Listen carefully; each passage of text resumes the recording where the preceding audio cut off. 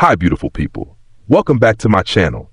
In today's video, I'm going to guide you step by step how to turn on mobile or cellular data on Samsung Galaxy Z Fold 4. If you're new here, make sure to hit that subscribe button and give this video a thumbs up. It really helps the channel grow.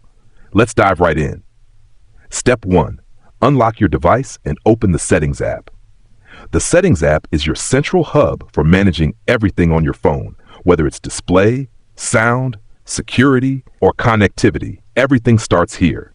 Step 2. Once inside the settings menu, locate the search bar at the top. Tap on it and type mobile data, then press search. This is a quick way to find exactly what you need without navigating through multiple menus. Step 3. In the search results, you'll see the mobile data option. Tap on it and then switch it on. Once enabled, your phone will connect to your carrier's cellular network, allowing you to browse the internet, stream videos, and use apps without Wi-Fi. Step 4. Want a faster method? Simply swipe down from the top of the screen to open the quick panel.